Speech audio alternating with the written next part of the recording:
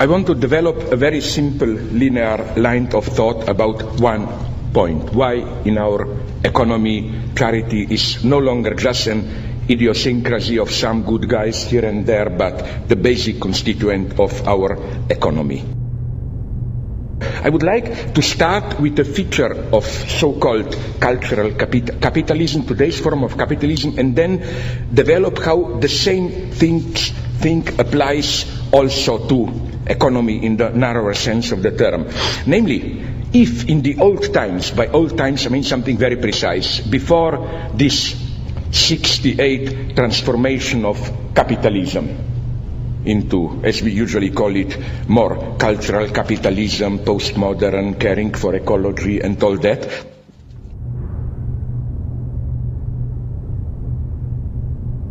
What changed? What changed is that if before this time there was a simple, more or less simple, opposition between here it's consummation, you buy, you speculate and so on, then on the top of it, it comes what you do for a society, like Soros. He's still the old type here, I claim. In the morning he grabs the money, if I simplify it. In the afternoon he gives half of the money back to charities and supporting things and so on. But I claim in today's capitalism more and more the tendency is to bring the two dimensions together in one and the same gesture, so that when you buy something, your anti-consumerist duty to do something for others, for environment and so on, is already included into it. If you think I'm exaggerating, you have them around the corner, walk into any Starbucks coffee, and you will see how they explicitly tell you, I quote their campaign, it's not just what you are buying, it's what you are buying into. And then they describe it to you. Listen, when you buy Starbucks, whether you realize it or not, you are buying into something bigger than a cup of coffee. You are buying into a coffee ethics. Through our Starbucks Shared Planet program, we purchase more fair trade coffee than any company in the world, ensuring that the farmers who grow the beans receive a fair price for their hard work. And we invest in and improve coffee growing practices and communities around the globe. It's a good coffee karma. And a little bit of the price of a cup of Starbucks coffee helps furnish the place with comfortable chairs and so on and so on. You see, this is what I call cultural capitalism at its purest. You don't just buy a coffee. You buy in the very consumerist act. You buy your redemption from being only a consumerist, you know. You do something for the environment, you do something to help starving children in Guatemala, you do something to restore the sense of community here, and so on and so on.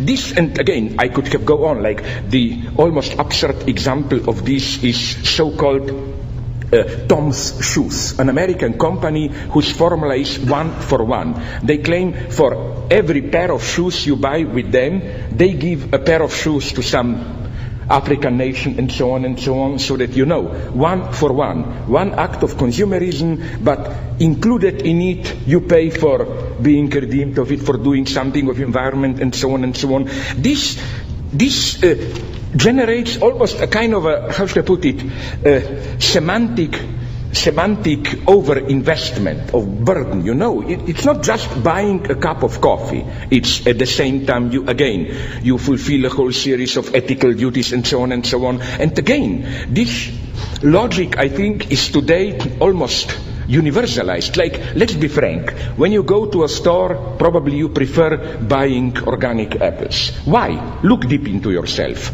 I don't think you really believe that those half-rotten apples, which cost double the good old genetically modified apples that we all like, that they are really any better. I claim we are cynics there, skeptics, but you know, it makes you feel warm that I'm doing something for our Mother Earth, I'm doing something for our planet, and so on and so on. You get all that. So my point is that this very interesting short circuit where the very, as it were, act of egotist consumption and so on already includes the price for its opposite. Based against all of this, I think that we should return to good old Oscar Wilde, who still provided the best formulation against this logic of charity, let me just quote a couple of lines from the beginning of his The Soul of Modern Man Under Socialism, where he points out that, a quote, "It is much more easy to have sympathy with suffering than it is to have sympathy with thought. People find themselves surrounded by hideous poverty, by hideous ugliness, by hideous starvation. It is inevitable that they should be strongly moved by all this. Accordingly, with admirable, though misdirected intentions, they very seriously and very sentimentally set themselves to the task of remedying the evils that they see. But their remedies do not cure the disease, they merely prolong it. Indeed, their remedies are part of the disease.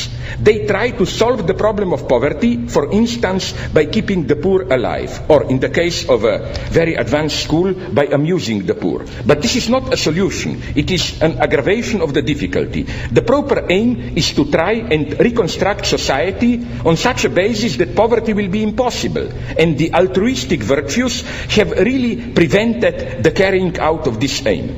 The worst slave owners were those who were kind to their slaves, and so prevented the horror of the system being realized by those who suffered from it, and understood by those who contemplated it. Charity degrades and demoralizes. It is immoral to use private property in order to alleviate the horrible evils that result from the institution of private property." I think these lines are more actual than ever. Nice as it sounds, basic income or this kind of a trade with the rich is not a solution. There is for me another, because of a whole series of problems, I see here another problem, again, which is, this is for me the last desperate attempt to make capitalism work for socialism. Let's not discard the evil. Let's make the evil itself work for the good. You remember, you are not old enough, I am, how we were crazy 30, 40 years ago, we were dreaming about socialism with a human face. You know, like it is as if today the utmost radical horizon of our imagination is global capitalism with a human face. We have the basic rules of the game, we make it a little bit more human, more tolerant, with a little bit more welfare, and so on and so on. First, my attitude is here, let's give to the devil what belongs to the devil, and let's recognize that in the last decades, at least, till recently, at least in the Western Europe, I mean, there is no bullshitting here, let's admit it. I don't think that in any moment in human history did such a relatively large percentage of population live in such a relative freedom, welfare, security, and so on. I see this gradually, but nonetheless seriously threatened. When I gave that interview for Hard Talk yesterday, the guy, Sacker, who is a bright guy, he's not just another sucker, he told me, Stephen, you know, that, but you are basically misanthropic. I told him yes, and they praised the British nation. You know very well that there is a certain type of misanthropy which is much better as a social attitude than this cheap charitable optimism and so on. I think that a mixture of a slight, not the hardline apocalypticism, but let me call it like, you know, like we say, soft. No, Gianni Vattimo speaks about soft thought. I don't agree with him, but I would say soft apocalypticism. Like, it's not 2012, we know, but we are approaching a certain 0 point. Things are, unfortunately, you may disagree, ecologically, socially, with new apartheids and so on. We are approaching a certain point, biogenetics and so on, where I'm not saying, of course, I'm not an idiot, that it will be returned to the old Leninist party. Absolutely not. Again, I'm unequivocal here. 20th century communist experience was a mega ethical, political, economic, and so on catastrophe. I'm just saying that if all the cherished values of liberalism, I love them, but the only way to save them is to do something more. You know what I'm saying? I'm not against charity, my God. In an abstract sense, of course, it's better than nothing. Just let's be aware that there is an element of hypocrisy there.